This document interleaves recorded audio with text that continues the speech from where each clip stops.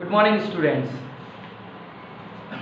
Continuing our chapter number 2 is matter around us is pure. Today we will study about the remaining process of separating of components from a mixture.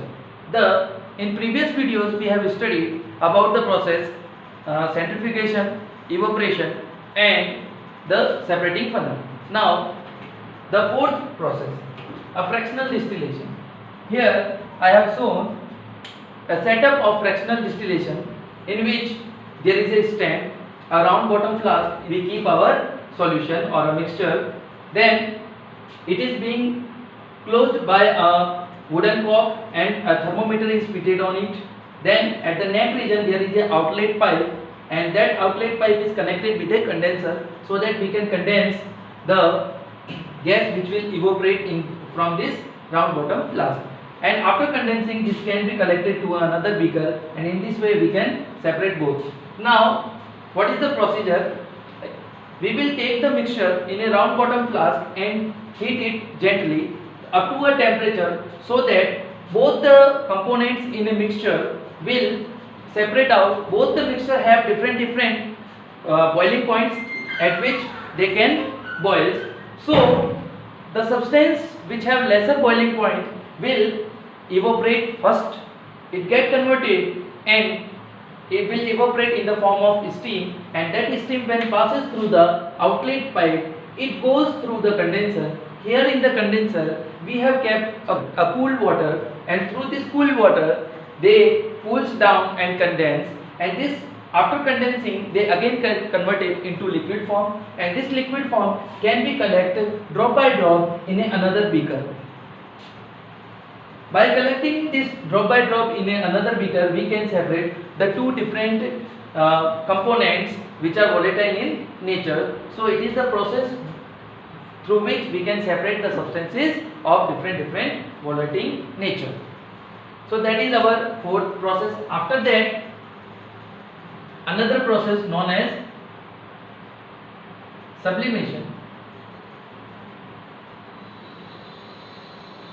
When a sublimating substance present in a mixture, then we can separate the sublating mixture with the help of a sublimation process. Actually, first of all, we should know what is sublimation. Sublimation is the process if the two substances are mixed together and one of them is the sublimate substance, means those substances which on heating directly get converted into gaseous form without undergoing the liquid state, that substances are known as sublimate substances, and the process is known as sublimation. In this process we will take a tripod stand,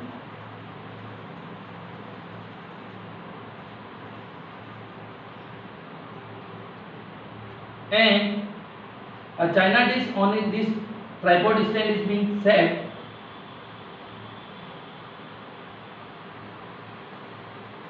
Take a funnel, invert it on a china dish.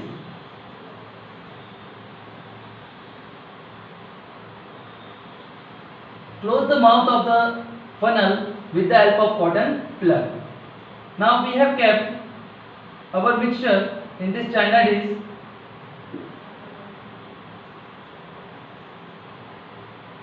To heat we can take the burner, the Bunsen burner we can use.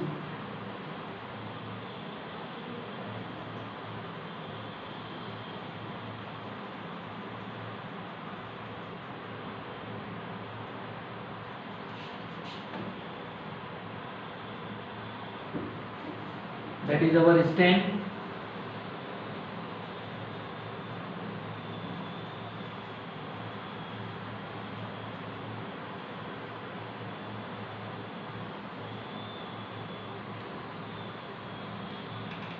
Okay, so in this setup we have kept a mixture for the sublimation. Here when we heat the mixture, one of the substance will evaporate, get converted into gaseous form and start settling at the edges of the funnel.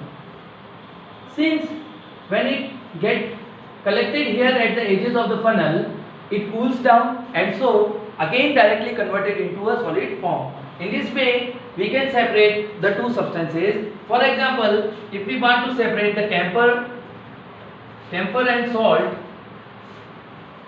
we can use this process in which the camphor is a sublimating substance. So when we heat, the camphor will changes state, and so it can be collected here at the edge of the funnel.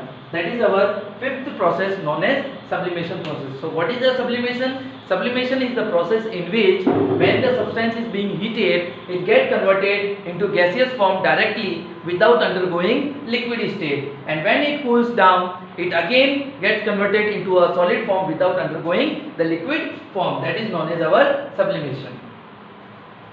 That is our fifth process. Then after, the last process for separating of the components, chromatography.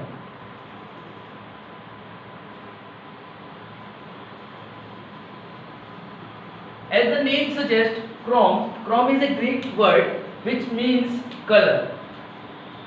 Means since this process at first time is used to separate the colors, so its name is given. In this chromatography process, we'll take a paper. On the paper, with the help of a pencil, we can mark a line on it and a point at the center of the paper. Here, suppose if we want to separate the ink components from the water, we can use this chromatography process. Here, at the point, put a drop of ink on it, and after that, hang the paper on a beaker in such a way that the edges of the paper will touches the water. Now, when the paper absorbs the water, the ink is with the water in the paper. As the water is absorbed by the paper, it start rising to a higher level. As it rises up, the ink, since it is a solute, it also rises with the water, and so the different colors components of the ink can be seen on this paper. We will remove the paper, dry it, and after that we can see or observe the different color components in ink, or in this way we can separate that the substance which can more soluble in water will show or will rise more faster on this paper. That technology is known as chromatography. Now this chromatography is being used to separate the drugs from the blood, as we can take the sample on this chromatography technique and can be used. Nowadays this technique is so much developed and it is helpful to any medical diagnostic. So that is the different separating processes for the components of a mixture. I hope you have understand this. If any doubt, you can ask me on my WhatsApp number. Thank you. Have a nice day.